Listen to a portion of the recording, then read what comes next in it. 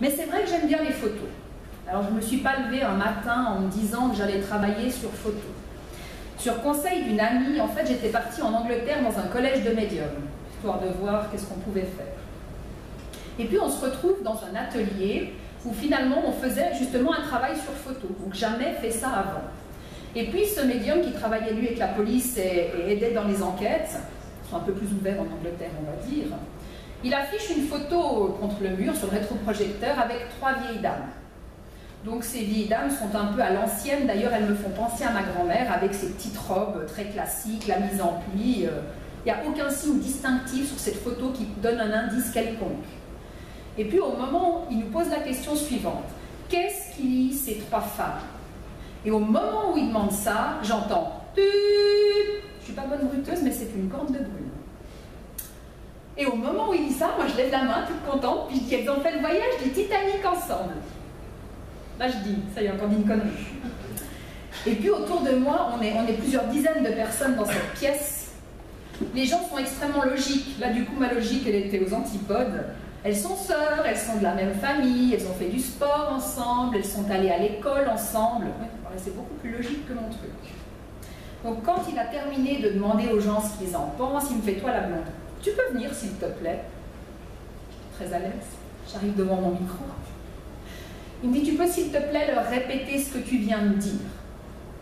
Ils ont fait le voyage du Titanic ensemble. Il me dit « Mais pourquoi t'as dit ça ?»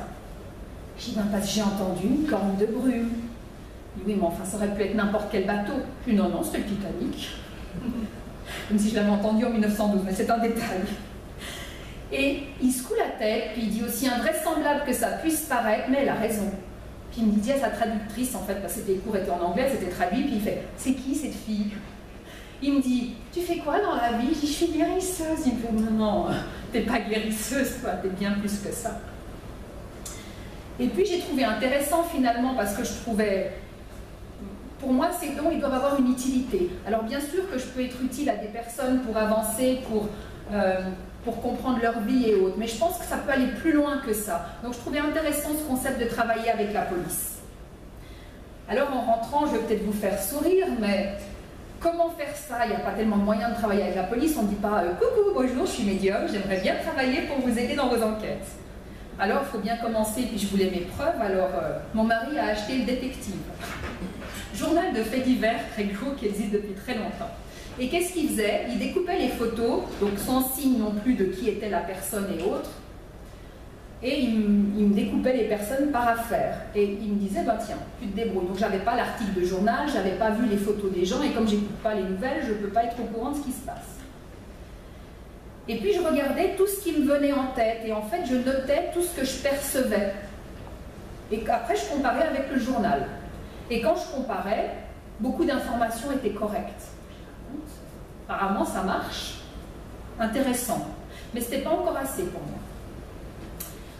Et il y a eu une chose qui a été pour moi une plus grande preuve et qui m'avait bouleversée. C'était une maman, il y a quelques années déjà, qui m'avait adressé un email parce que son enfant était en fin de vie, et elle me disait, je ne vous demande pas de le guérir, mais j'aimerais que vous lui disiez que je lui permets de partir, parce que moi je ne supporte plus de le voir souffrir. Et je lui disais, écoutez, ça c'est, je ne sais pas faire ça, mais par contre, je peux voir comment votre fils se sent, comment il est à l'intérieur. Et quand je regarde la photo de cet enfant, je ressens plein de choses sur comment il perçoit sa famille, comment sont les gens autour, et je sens qu'on me caresse, quand je suis dans cette énergie d'enfant, je sens tout le temps qu'on me caresse la joue gauche. Donc j'écris, bon, elle lui caresse la joue, puis j'entendais gauche, gauche, vraiment ça insistait ce terme gauche, genre écris-le, bon d'accord, gauche. Et cette maman m'a répondu en me disant qu'elle ne me remercierait jamais assez parce que le seul endroit, vu la position et le handicap de son fils, qu'elle pouvait toucher, c'était sa joue gauche. Et ça, pour moi, c'était une vraie preuve parce que je ne pouvais pas inventer un truc pareil.